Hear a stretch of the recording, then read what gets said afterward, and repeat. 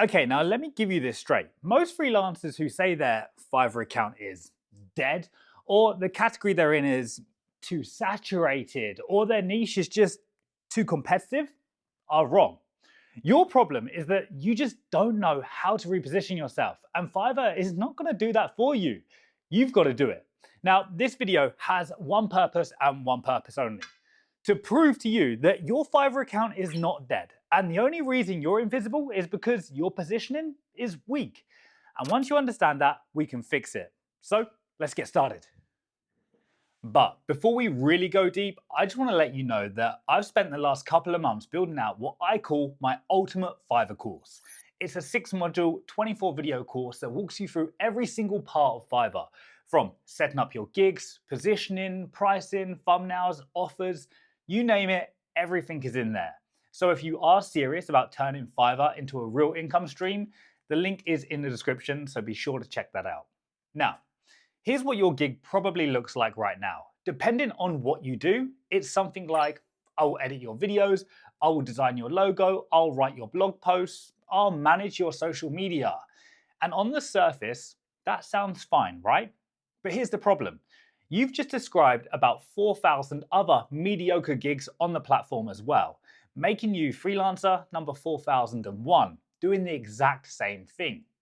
Any decent buyer on Fiverr is not going to choose you because you're cheaper or newer or more desperate or because your skills are pretty good. They'll choose you because you solve a specific problem that they actually want solved. So let's say you're a video editor. I will edit your videos means absolutely nothing. That could mean editing gaming videos, wedding films, YouTube vlogs, etc. It's too broad.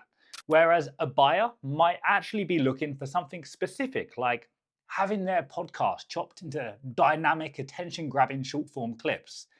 That's a level of problem solving we need to aim for. So if you're a logo designer, I will design your logo is boring, but I will design bold, modern, gaming-inspired logos for streamers and esports teams. Now we're talking. If it's blogs, then something along the lines of writing clear, engaging finance blogs for fintech brands and financial advisors is a winner, as it hits a specific buyer immediately. Now you might be thinking, yeah, I can cut podcasts into engaging reels, that's easy. I could even throw it into Opus Clip and get it done automatically. And that's exactly what most freelancers think, and exactly why they blend in with everyone else. The real value isn't in chopping the video into random clips. The real value is knowing which parts of that podcast will perform best, which part should be used as the hook, how to structure it so that there's tension, where to cut it so that there's a cliffhanger that makes viewers click through to the full episode or hit follow. That's the difference between doing a task and solving a problem. Most freelancers are niching themselves down by their skill, which sounds like it makes sense, right? But buyers don't buy skills, they buy outcomes, they buy solutions. Now, if I need a thumbnail for my YouTube videos, sure, I can go on Fiverr and type thumbnail designer. But on one page of results, which there's around 52 freelancers, I might only seriously consider 3 or 4, because the way those 3 or 4 have positioned themselves and the style they show matches exactly what I'd be looking for. So here's how you should be thinking about niching. And I just need you to understand this clearly, okay? This does not mean you're locking yourself into a tiny box forever. Fiverr literally lets you create multiple gigs for this exact reason, so that you can test multiple angles. You're no longer just a video editor. You're the person who edits UGC-style ads for e-commerce brands. You're no longer just a logo designer. You create bold, modern startup logos for tech founders. You're no longer just a copywriter. You write homepage copy that increases conversions for SaaS brands. Do you see where I'm going with this? But don't misunderstand me here. I'm not saying that you should now just go and copy those word for word as your new gig title. I'm giving you some perspective. Each gig you create should be built around solving one specific problem for one specific type of buyer. Now, on my Fiverr account, I create video content for clients, but I don't just say I create videos or I'm a spokesperson. Every gig is specific. One gig is for a podcast style setup. One is for an office-based setup with screens behind me for a more corporate look. Another is shot in a typical mobile phone UGC style. Another is aimed at e-learning platforms. Every gig exists to solve a specific problem or match a specific style a buyer is searching for. And I'll be honest with you, some of the gigs that I thought were amazing ideas didn't really work. At one point, I created a gig offering bulk packages of 4 videos for YouTube channels. On paper, it was unique. Nobody else was structuring their offer that way. Did it blow up? No. I got a few orders, but it didn't become my main earner. Do I still have it up? Yes. Does it need changing? Also yes. And that's the point. Some things will work and some things won't. You'll learn, you'll adapt, and then you'll move on to the next. Now, let's talk about the thing that actually gets people to click your gig in the first place. Your thumbnail isn't there to look nice. Its job is to stop the scroll. On average, like I've already said, there are about 52 sellers on a page of results. Your thumbnail's job is to stand out from those 52. That's the only job. So here's what you do. Go to your category, scroll through the results, and be honest with yourself. If your thumbnail was on that page right now, would you click on it? If the answer is probably no, then it needs changing. A lot of freelancers use their thumbnail like a CV. They cram loads of bullet points onto it, tiny little text, 5 different fonts, and end up with something that nobody can read. Or the colors just don't contrast, so nothing pops out.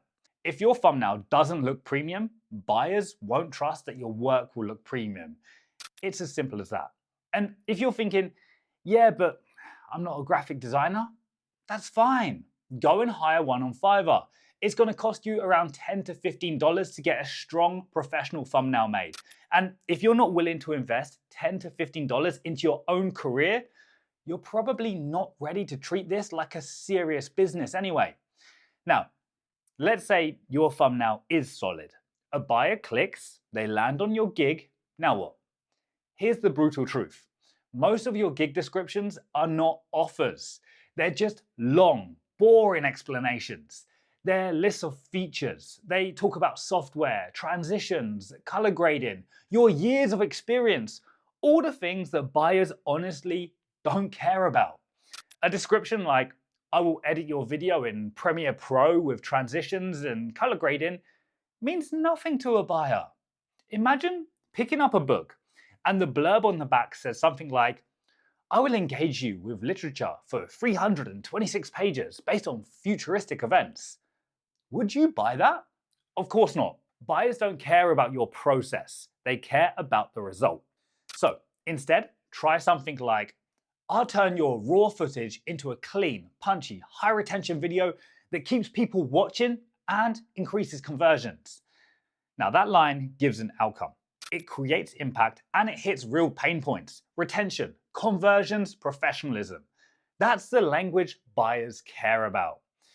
Now, let's talk quickly about the algorithm, because a lot of people treat this like some dark mystery.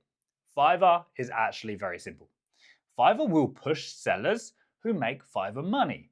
If your last order was like 2 weeks ago and nothing else is coming in, why would you still be ranking on page 1? Fiverr wants active, consistent, high-performing gigs at the top. Now, one simple hack, especially when you are just starting out as a new seller on Fiverr, download the Fiverr app on your phone and just open it regularly, like every hour. This will keep you showing up as online. And a lot of buyers, including me, filter sellers who are online now because we want fast responses. We don't want to wait 12 hours for our response. So just by being online more consistently, you increase your chances of being seen and contacted. So let's turn all of this into a clear action plan, because I don't want you just to watch this video and now go and do nothing. So step 1. You need to identify one specific buyer type for each gig. Not everyone, one type of buyer per gig. Step 2, rebuild your offer around that buyer's number 1 pain point. What are they actually worried about? What do they desperately want to fix? Step 3, Create a thumbnail that makes them stop scrolling. Look at the entire results page for your category and ask, what does my thumbnail need to look like to stand out here? If that means paying a designer $15, do it. Step 4, rewrite your title and description in an outcome-based format. No tools, no skills, just outcomes, okay? Step 5, update your packages so that they make sense. Basic solves the simplest version of the problem at the lowest possible price to help conversions. Standard is your best, most logical offer, and premium is your full transformation. Step 6, deliver faster than you promise. Now, speed will win, but be smart with this. If you tell a client it will take 5 days and you finish it in 3 hours, don't deliver it in 3 hours. Give it a bit more time so it still feels like you actually put effort into the work. Otherwise, they'll think, well, that was easy, and start pushing for more work or more revisions for the same price. Step 7, start collecting social proof on results. Now, if you're an editor, get screenshots of views, engagement, conversions. If you're a copywriter, ask your clients for metrics. These are proof that your work actually performs, and that kind of proof will sell your gig better than any fancy words you use. So, the question, is your Fiverr account dead? No. It's just not positioned in a way that makes sense to buyers or to the algorithm. Now, if you do want my full system for doing all of this properly, step by step, check out my Ultimate Fiverr course. It's a 6-module, 24-video course that takes you through every part of Fiverr, from building your profile to creating high-converting gigs. The link will be down below, so go take a look. Now, I want you to go audit your gigs with what we just spoke about, and be sure to check out this video on screen next.